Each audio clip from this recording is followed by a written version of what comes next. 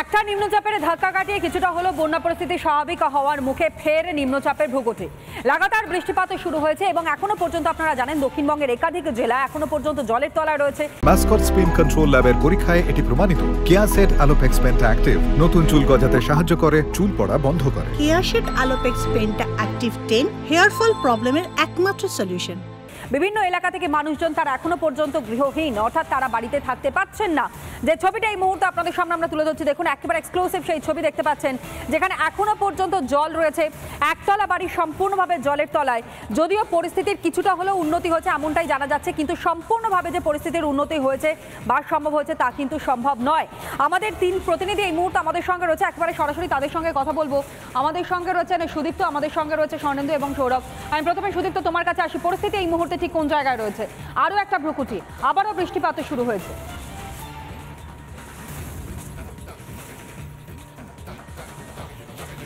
একেবারেই তো নয়, দেখো ঘাটালে কিন্তু জল ইতিমধ্যেই নামতে শুরু করেছে। একাধিক এলাকায় যেখানে জলমগ্ন ছিল সেই জায়গাগুলো কিন্তু জল কিছুটা ধীরে ধীরে নামছে।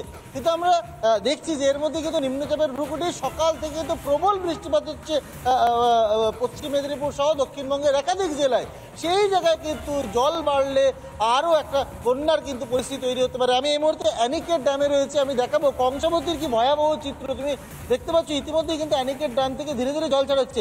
এই যে কংসাবতী নদীর যদি জলস্তর আরও বৃদ্ধি পায় তাহলে কিন্তু ডেবরার বিস্তীর্ণ এলাকা আবার নতুন করে প্লাবিত হবে, খড়গপুর গ্রামীণের বিস্তীর্ণ এলাকা প্লাবিত হবে এবং পিংলার কিছুটা অংশ কিন্তু প্লাবিত হবে। অন্যদিকে শিলাবতী এবং ঝুমি এই দুই নদীর জলস্তর এখনো পর্যন্ত মোটের ওপর ঠিক থাকলেও যদি বাঁকুড়ার থেকে মুকুটমণিপুর সিস্টেম জল ছাড়ে তাহলে কিন্তু ঘাটাল কিন্তু নতুন করে প্লাবিত হতে পারে। কারণ শিলাবতী ঝুমি এই নদীগুলোর যদি জলস্তর বৃদ্ধি পায় তাহলে কিন্তু আবার নতুন করে ঘাটালে জল ঢুকতে শুরু করবে। সেখানে মানুষের মধ্যে কিন্তু একটা আশঙ্কা তৈরি হচ্ছেই, তার কারণ এখন আজকে সারাদিন কিন্তু বৃষ্টিপাতের একটা সম্ভাবনা রয়েছে। বেশ, তুমি আমাদের সঙ্গে থাকো, আমি উলুবেড়িয়ার ছবিটা একটু জানবো। স্বর্ণেন্দু আমাদের সঙ্গে রয়েছে। স্বর্ণেন্দু, উলুবেড়িয়ার পরিস্থিতি এই মুহূর্তে ঠিক কোন জায়গায় রয়েছে?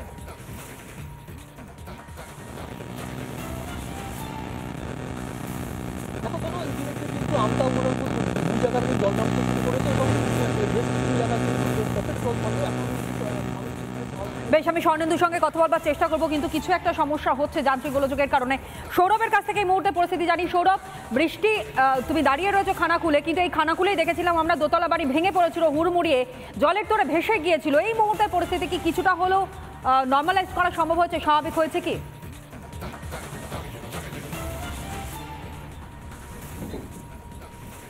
একেবারেই দেখো তনয়া, যে পরিস্থিতি ছিল বন্যার যে জল, সেই বন্যার জল কিন্তু কিছুটা হলেও কমেছে। কিন্তু ছবিটা প্রথমেই দেখানোর কথা বলবো আমার ক্যামেরা পার্সনকে, এই যে বিস্তীর্ণ যে মাঠ, এই বিস্তীর্ণ ধান জমি, যেই ধান জমি কিন্তু ইতিমধ্যেই নষ্ট হয়ে গেছে।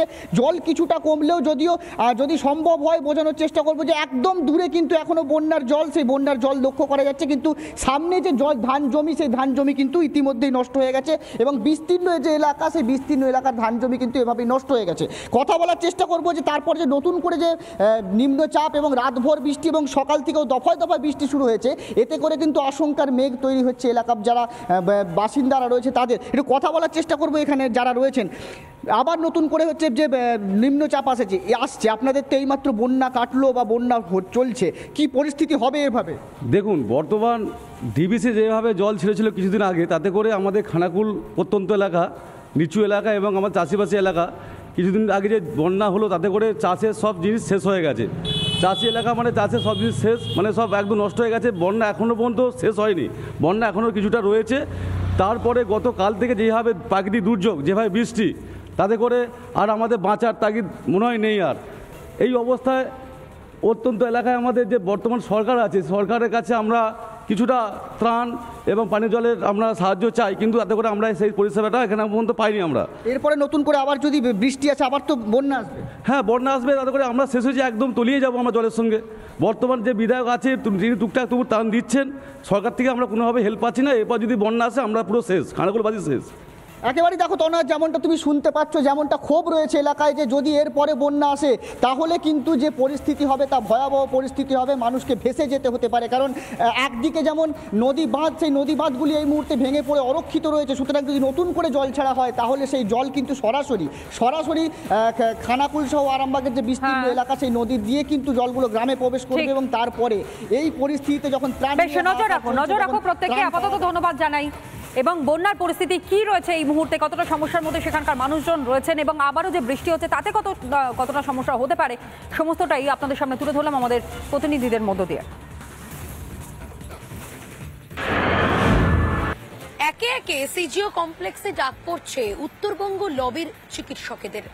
গতকাল অর্থাৎ বুধবার সিজিও কমপ্লেক্সে এসে হাজির হন উত্তরবঙ্গ লবির আরো একজন অন্যতম চিকিৎসক ডাক্তার সুশান্ত রায়। দুপুর 1:30 নাগাদ তিনি সিজিও কমপ্লেক্সে এসে হাজির হন। প্রায় 4 ঘন্টা ধরে তাকে ম্যারাথন জিজ্ঞাসাবাদ চালায় সিবিআই এর তদন্তকারী আধিকারিকরা।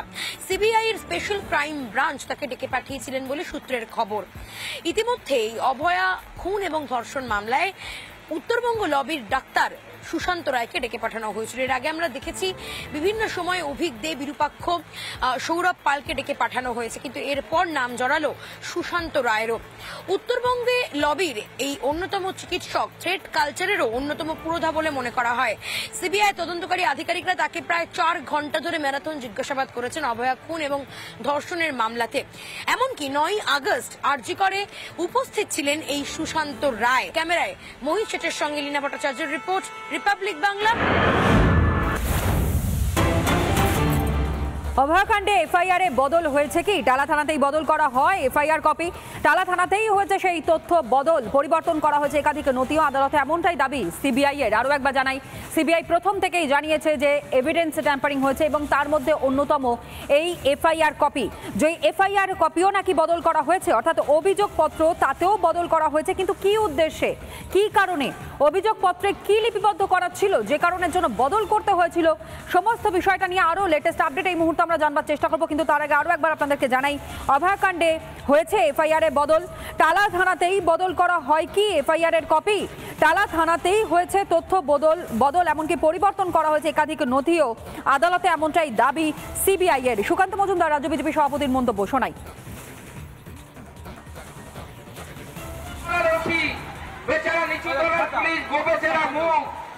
তার মুখ দেখে বোঝা যাচ্ছে যে তার মাথায় অত দম নেই, তার মাথায় ধরে 10টা মাথা নেই, তিনি সেই ধরনের কাজ করবেন। আমাদের কাছে স্পষ্ট খবর আছে, আমাদের কাছ থেকে বিশ্বাসযোগ্য সূত্রে খবর আছে, তারা থানার ওসির কাছে প্রত্যেক সময় নির্দেশ গেছে, ওই সেই নির্দেশের মধ্যে লেখা ছিল ম্যাডাম বলেছেন এটা করতে হবে, ম্যাডাম বলেছেন এটা করতে হবে। তাই তারা থানার ওসি আসল অপরাধী নয়, আসল অপরাধী হচ্ছে সেই ম্যাডাম, যে ম্যাডাম নির্দেশ পাঠিয়েছে।